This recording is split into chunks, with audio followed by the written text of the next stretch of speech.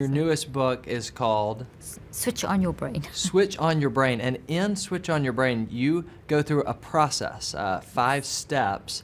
Tell us a little bit about that and how you walk through it. Okay, well, basically thoughts are real things. So as we're thinking, like right now, we're talking about things. So we've got information going through that we're receiving, going through our brain. And that becomes, as we are thinking about that with our mind, our intellect and our will and our emotions, we turn that into a physical thought.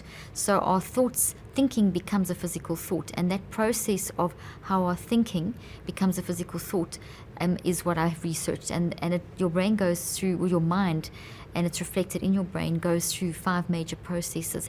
Obviously, there's multiple processes, but it can be grouped into 5 major processes.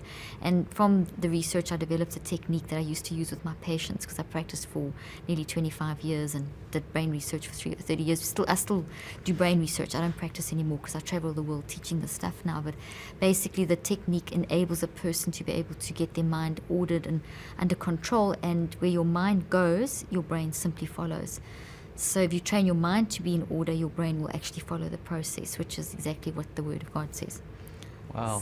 So it's so interesting to hear you talk about things in this way and the science of it and be a person of faith. A lot of times people think that those two don't go together. What do you say to people who say, well, you can't believe in science first and then also that it works with your faith?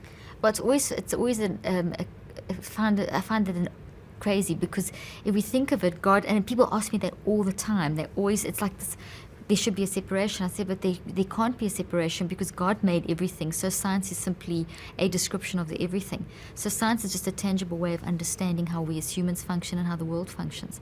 So it's a description of creation, it's a description of who we are, it's a description of the physical. So it's the most natural thing because it needs to reflect the spiritual. And that's exactly what research is actually showing. All the research is actually catching up with the Word of God, which is quite interesting. So it's a natural connection. It's not the separation that people see.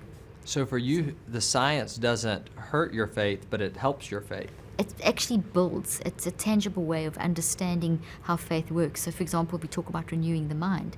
That's a concept all of us have been exposed to, but what is it really? Science actually shows you how to do it and what it is. And that's in that book, the latest book that we mentioned.